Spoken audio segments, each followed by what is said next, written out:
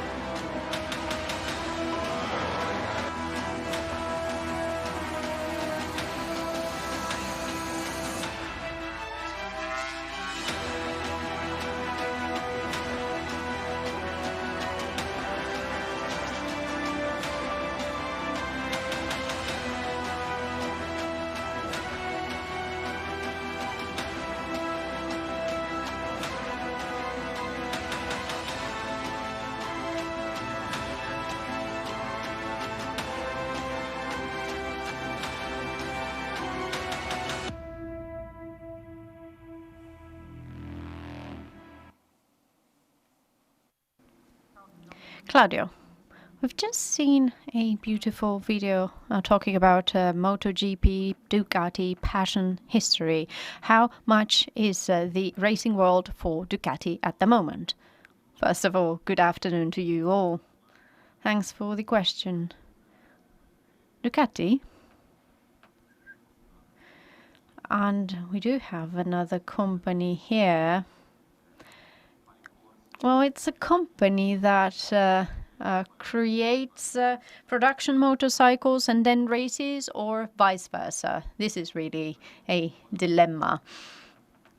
Our company, for sure, has become nowadays a very important company thanks to the great results achieved in MotoGP in the 90s and year 2000. And I'm not afraid to say that we create a production motorcycle which is very close to the racing motorcycles.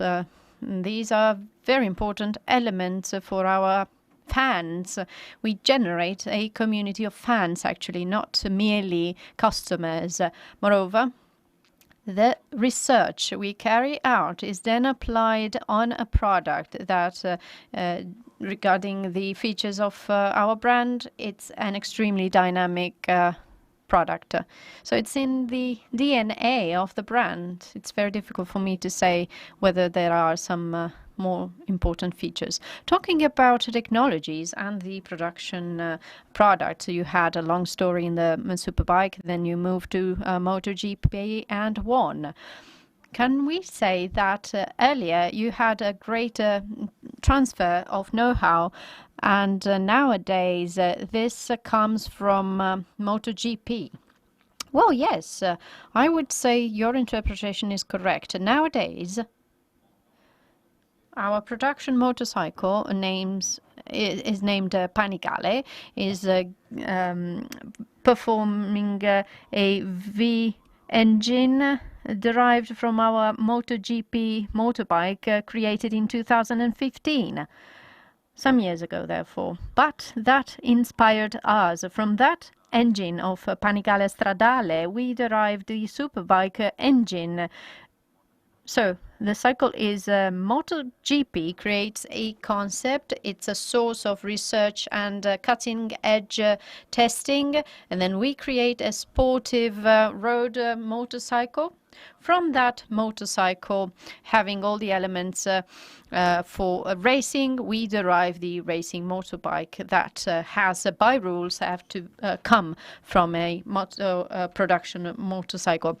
We've been talking a lot about digital technologies. Ducati, in a few days, in this Motor Valley Fest, has organized the Ducati Moto Race, totally, fully digital.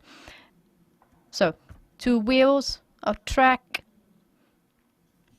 Misano racetrack, and Mugello, isn't it? Well, yes, during the lockdown, we had an explosion of sports. We've seen extraordinary performances by these young generation that are so close to the MotoGP. From a certain point of view, you're really sitting on a platform having a steering wheel and very similar applications to the reality. In MotoGP, you play with a joystick, so the interaction is not that straightforward, but the level of software and hardware nowadays is amazing. I've watched the last Formula One race, and at a certain point I was so into that that you were very close to the same emotions and feeling that you feel during a real race. So congratulations to those doing that. Yet, when you are inside a paddock in a physical race, that's another story. So the digital world will bring us forward, but the reality of facts is going to remain a very interesting thing. Going back to real races, Mattia Binotto. Nowadays, what is the world of races for Ferrari? A mix of adrenaline and passion, isn't it? Crazy mix. Well, good afternoon, and thank you for inviting me here. We were talking about passion, the world of races, the local area. Ferrari is very important for races and vice versa. So races always belonged to our history. Yesterday we celebrated the 70th anniversary of Formula One. Ferrari has always been participating in Formula One since the very start. It belongs to our DNA. We always took part in Formula One championships. It belongs to us. We can't really separate these aspects. The world of races and Formula One is also a research platform. And that's always been true. Our founder, Enzo Ferrari, used the world of races and championships to turn that world into production cars. Formula One is still a very important platform for research, innovation, and know-how exchange. Well, for sure, Formula One is a very important fact. From research which is very important, also come things that belong to our daily life. We've seen that Ferrari has been developing an open source system. You worked together with an hospital, and now you created a patent. So the technology leaves the world of racing and conquers the world outside racing. Yes, well, we were pleased to participate in this project with the Italian Institution of Technology. We created the prototype in 5 weeks, a very short time. We committed around 10 people full-time on this project.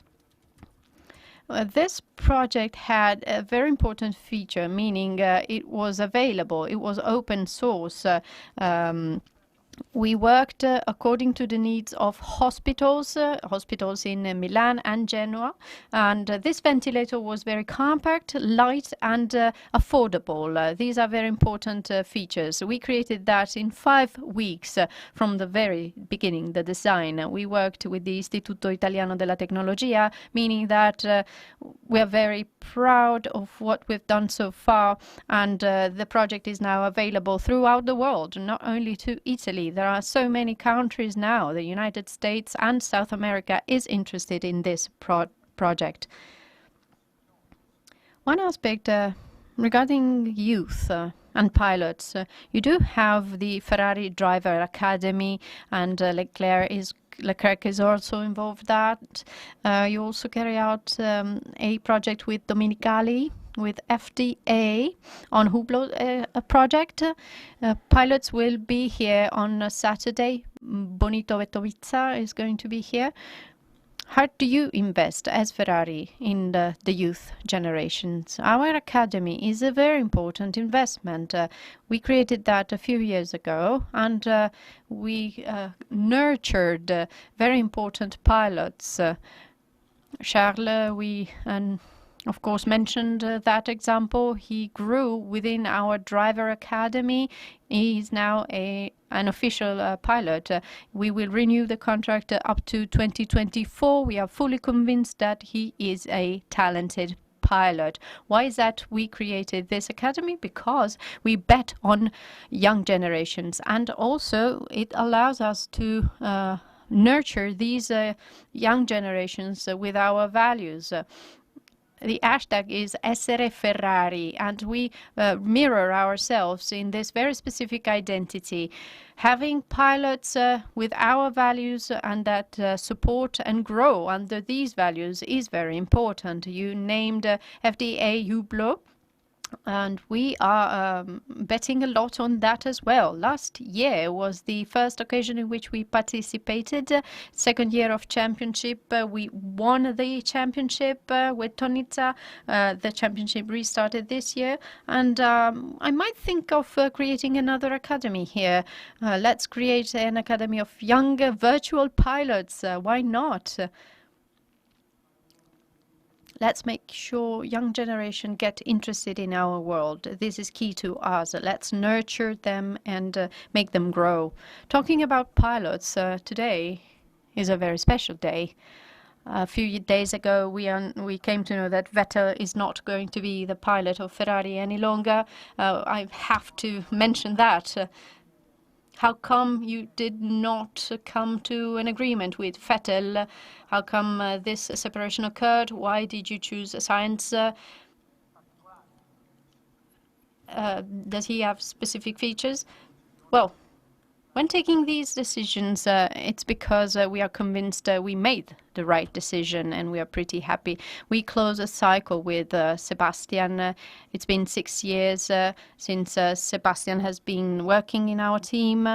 I admire Sebastian. I admire him as a person and as a professional pilot. I hold him in great esteem. Beyond that, over the last weeks, the world has changed, not only from an economic point of view, but also from a technical and sport point of view. There are challenges ahead and obstacles which are going to be difficult. We are laying the foundations for our future, and we want to have a specific perspective. We discussed with Sebastian, and we found out we didn't share the same goals, short or long-term goals.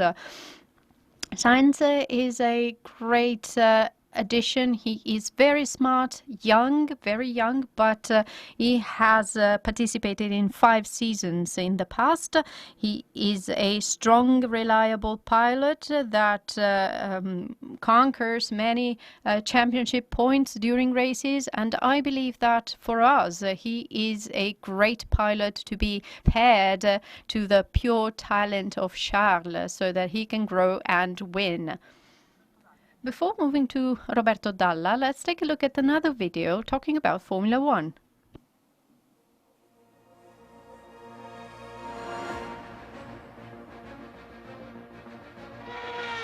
He is the world champion. And look at that!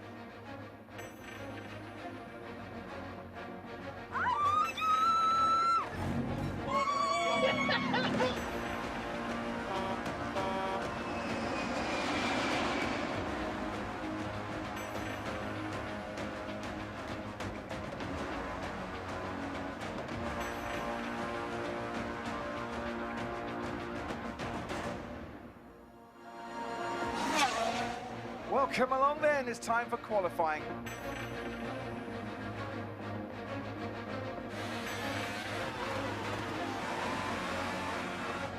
Replay 19, 18, 19. You got that big inhale? Mate, that's all luck.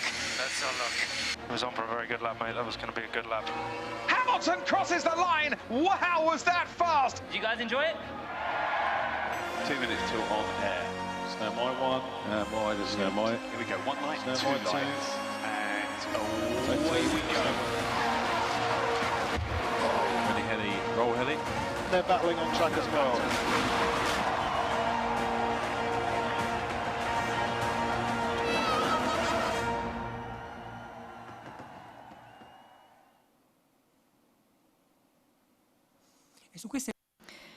And on these beautiful pictures regarding Formula One, let's talk to Mr. Dalla.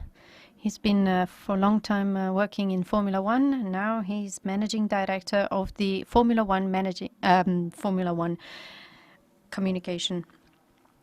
So you cable the whole race track and broadcast live. How is it going to be nowadays that remote work is a reality for you as well? Well, yes, it's a great commitment because via our systems and jobs, we allow everybody to enjoy the emotions of Formula One. This is an important commitment because every 2 weeks at every race, only for the TV and technical part, we involve around 300 people.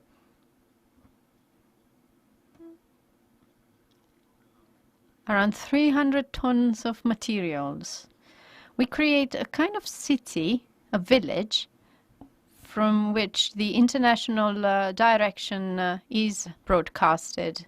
This system is under pressure in the current days because, of course, moving the group of people into countries in which we don't really know what is going to happen is the great challenge of the future. Conversely, we are directly engaged when races take place, and when races don't take place, we don't really have to manufacture products, just as Ferrari or Ducati does. So we turned our activity into a smart working activity. Each and every one of us started working at home. I'm now in Bologna, no longer in the UK, and I have to say that in the last period, we've been very close if compared to the past. We didn't have to take planes and move all around the world. we started designing and planning what is going to happen when racing starts again, which is our final goal. We recognize that facing the different laws and regulations, air transport, dealing with the virus is a huge challenge. That is why we decided to adjust our activity and turn it from a local activity to a remote activity. We accelerated what we defined as a strategic project named remote operations. We want to get back soon on the racetracks, hopefully in a month in Austria. Yet we want to implement a new system, making sure that instead of moving 300 tons of materials, we will only move 150 with less than 100 people. We want to ensure that every little detail of the races are displaced, but remotely. It's a great challenge, but we are inspired by that. It belongs to that series of challenges typical of Formula One. Yes, of course, it won't be easy, but let's wait and see how the calendar develops and how you will turn this into a reality, how you will manage to broadcast the images. There are plans also to increase the interest in the audience or the youth, or increase at least the audience of Formula One. Well, Liberty Media has a business in this. In order to develop the business daily, we wonder what's the best way. The business of motorsport is made of sports, technological innovation, and also maybe lessons and social growth, which goes hand in hand with involving fans. Nowadays, fans are different if compared to what we were 30 years ago. We were so much excited only by hearing the 12 cylinders in a Ferrari or hearing the engine of a Ducati passing by. The great challenge nowadays is understanding what new generations want. That is why digitalization is a paramount element. We do know that young people want to be connected and involved.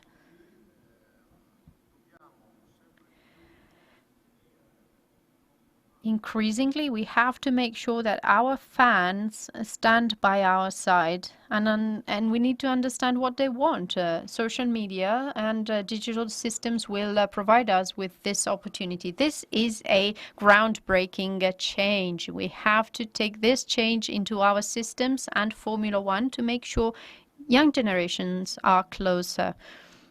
Thank you, Roberto Dalla, for sharing these details and your future vision.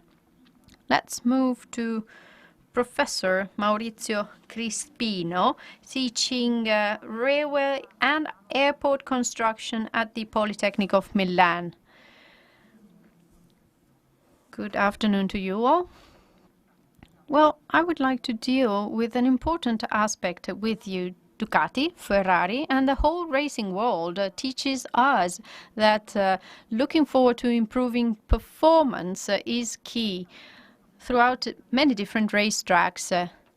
Very often we underestimate the tarmac of these racetracks. You study these systems and you redesigned the Misano racetrack with better and wonderful results indeed. Can you tell us about this type of technology and what are the needs of drivers and cars as well as motorbikes? How do you follow this evolution? Allow me to share my screen with you. Well, it's key to say that tarmac and TARS are not the same. This is an example This is an LP. All LPs look the same, but when it comes to hearing the music, we discover then that the LP contains rock music or classic music. A surface has to be created precisely according to the final scope and target. We will then have different surfaces according to the fact that we have to create a road, an airport, or a race track. This is something I designed myself in Monza. And within this field, there are more specific applications because the tire of a plane lane is different from some other type of lanes. In Misano, just before the lockdown of the 21st of March, we concluded a very important investment. We ensured safety and performance as well. Under this light, is it possible to create guidelines that can rule all the racetracks? It seems that there is no clear and strong regulation in terms of tarmacs because they vary a lot from racetrack to racetrack. Can we create something considering the needs in terms of safety and new tires also with guidelines for everybody? Well, yes, of course. With my team, I had the privilege to create guidelines for F1 racetracks. 1 month ago, I delivered those guidelines, and they can be applied also in the motorcycle racing field. We need to reduce, let's say, the freedom that designers have at the moment when it comes to designing racetracks. We first of all need to define the performance. Misano was a very challenging project because the performance were very much cutting edge performances in terms of adherence as well. We didn't maximize the macro texture, but we aimed at very precise intervals. In order to do that, we studied for a long time and looked for very specific materials. Parts of those materials were found in Sicily, and they are very highly performing basalt rocks. For the first time in the world, we added a fraction of artificial aggregates that derive from the steel production with some specific features and performance that are very much targeted. We created 7 test fields to create the final mix.